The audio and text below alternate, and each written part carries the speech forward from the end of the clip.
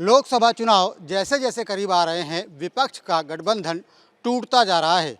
उत्तर प्रदेश, जहां लोकसभा की सबसे अधिक 80 सीटें हैं, यहां पर सपा से उसके साथी छिटकते जा रहे हैं। पहले रालोद के जयंत चौधरी उनसे अलग हुए, उसके बाद विवादित बयान देने वाले सपा नेता स्वामी प्रसाद मौर्य ने अपने पद से इस्तीफा दे दिया। अब उनकी एक और साथी पल्लवी पटेल ने कहा है कि राज्यसभा में वो सपा के प्रत्याशी का समर्थन नहीं करेंगी। ऐसे में सपा की क्या हालत होने वाली है?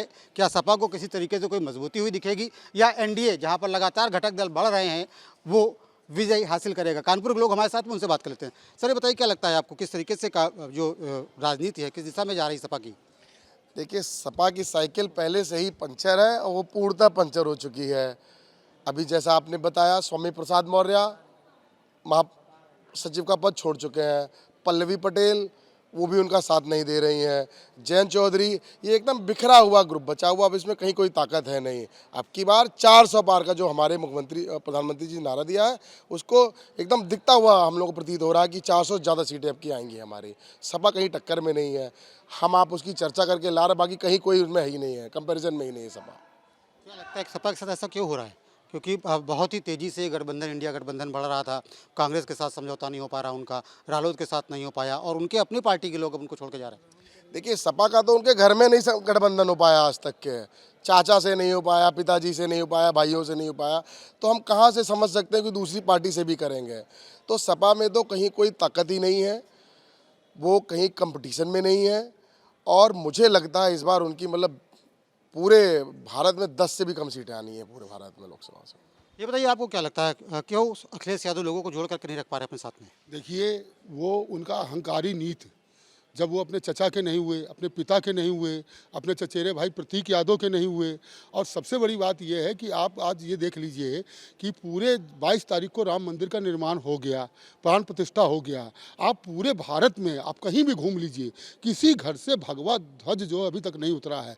लोगों ने ऐसा संभाल के रखा हुआ, ऐसा माहौल बनाया हुआ है कि जैसे राम जी की प्राण प्रतिष्ठा होने वाली है। तो इसी से साफ स्पष्ट है, इसी से साफ संकेत मिल रहा है कि मोदी जी की गारंटी को लोगों ने मान लिया है। और आने वाले लोकसभा के चुनाव में 400 पार जो माननीय मोदी जी ने कहा है, उस पर पूर्णतः रूप से भारतीय जनता पार्टी के साथ जनता का समर्थन प्राप्त है। अखिलेश यादव आज पहले भी कानपुर वगैरह में आसपास के ज़िले में कुछ नहीं थे, और अब भी कुछ नहीं है, ना आगे कुछ होंगे। और जहाँ तक की बात है, तो राहुल हों या अखिलेश हों, सब बेकार हो चुके हैं। जनता मोदी जी के साथ है, मोदी जी के पक्ष में मतदान कर रही है। और आने वाले समय में भारत का पुनः प्रधानमंत्री तीसरी बार माननीय नरेंद्र मोदी जी को बनाया जाएगा। मोहन यादव के मुख्यमंत्री जी बना दिए जाने से मध्य प्रदेश से यादव समाज में और बिखराव आया। यादव समाज के लोग भारतीय जनता पार्टी में टूट के आ रहे हैं। अभी भारतीय जनता पार्टी में तमाम यादव वर्ग के नेताओं ने सपा से इस्तीफा देकर अभी परसों बीजेपी में शामिल हुए हैं 12 तारीख को। तो विपक्षविहीन उत्तर प्रदेश होने जा रहा है। ये भारतीय जनता पार्टी की गारंटी कार्ड है। क्या आपको ये लगता है कि अखिलेश यादव क्यों लोगों को जोड़ करके नहीं रख पा रहे? इसके अलावा लोग उनसे अलग हो रहे हैं, उनका जो गठबंधन था वो शक्ल नहीं ले पा रहा है, तो क्या स्थिति होने वाली सपा की?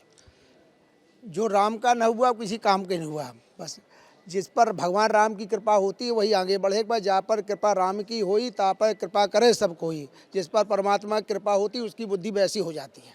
मतलब आप ये कहना चाह रहे हैं, भगवान श्री राम का विरोध किया, मंदिर में आज तक दर्शन करने के लिए नहीं गए, जो लोग उनकी पार्टी से जाते हैं उनको रोकते हैं, कहने एक साथ चलेंगे सब लोग, तो इसी वजह से उनका नुकसान हो रहा है?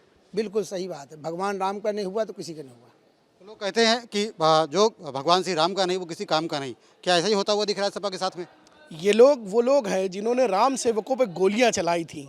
तो भारत की जनता ये अच्छी तरीके जानती है कि राम के विरोधी ये कल भी थे, आज भी थे। इसलिए इनके ना परिवार में एकता है, ना इनकी पार्टी में एकता है। जिस तरह से अहंकार सर चढ़ के बोल रहा है, रस्सी जल गई पर ऐठन अभी तक नहीं गई। इनके वो दशा होंगे कि एक एक सीट के लिए तरसेंगे। और जिस तरह से इनका स्वभाव है, राम के प्रति इनके भाव हैं, भारत माँ के प्रति इनके भाव हैं कि इसका सर्वनाश तय है निश्चित रूप से। जिस तरह से मोदी जी ने कहा है, अब की बार 400 पार, उत्तर प्रदेश में सपा समाप्त। तो उत्तर प्रदेश में सपा समाप्त होती हुई देख रहे हैं, आपको ये लगता है कुछ बाकी है, अभी ऑक्सीजन मिल रही? बिल्कुल नहीं। उत्तर प्रदेश से समाजवादी पार्टी का बिल्कुल सुपड़ा साफ होने वाला है। 2019 के चुनाव में उसको 5 सीटें मिली थी, 2014 के चुनाव में उस 5 सीटें मिली थी, और 2019 के चुनाव में उन्होंने बसपा के साथ गठबंधन करके चुनाव लड़ा, तभी उनको 5 सीटें मिली। अपनी बार 80 की 80 लोकसभा सीटें भारतीय जनता पार्टी के पक्ष में जाएगी और हम लोग 400 प्लस मोदी जी के आदरणीय मोदी जी के नेतृत्व में 400 प्लस जाएंगे। बीजेपी के जो लोग हैं उनका टेम्पो बड़ा हाई है और क्या कहते हैं 400 प्लस जाएंगे। ये बताइए आपको क्या लगता है? बस जय श्री राम, बस यही कहना चाहूँगा, जय श्री राम। क्या लगता है अखिलेश यादव क्यों अपने लोगों को बांध करके नहीं रख पा रहे हैं? जय श्री राम, बस बात खत्म हो गई। अरविंद यादव जी जय श्री राम करें, कुछ और लोग भी हमारे साथ में। ये बताइए क्या लगता है कि सपा क्यों बिखरती नजर आ रही है, क्यों एकजुट नहीं हो पा रही? भाई एनडीए का कुनबा लगातार बढ़ता जा रहा है, ऐसे में लोकसभा चुनाव में किस तरीके का इम्पैक्ट रहने वाला है? सपा की जो कार्यप्रणाली है ये बहुत अच्छी नहीं है, अपने धर्म विरोधी है और अपने लोगों का ही उसने नष्ट भ्रष्ट किया है और बहुत जो है अत्याचारी कार्यक्रम रहा, तो उसका परिणाम श्री राम जी उनको दे रहे हैं और आगे उनको जो है उनका सब कुछ जो है सब समाप्त होने वाला है, उनकी राजनीति खत्म हो चुकी है। जय जय श्री राम। तो कानपुर के लोगों का मानना यह है कि भगवान श्री राम का विरोध करने की वजह से सपा पनप नहीं पा रही और सपा का लगातार नुकसान होता जा रहा है। आलम यह है कि कानपुर के लोग तो ये मानते हैं कि सपा इस चुनाव में बिल्कुल साफ हो जाएगी और सपा को एक भी सीट मिलने वाली नहीं है। वीडियो जर्नलिस्ट अमित सिंह के साथ श्याम तिवारी, न्यूज़ स्टेट कानपुर।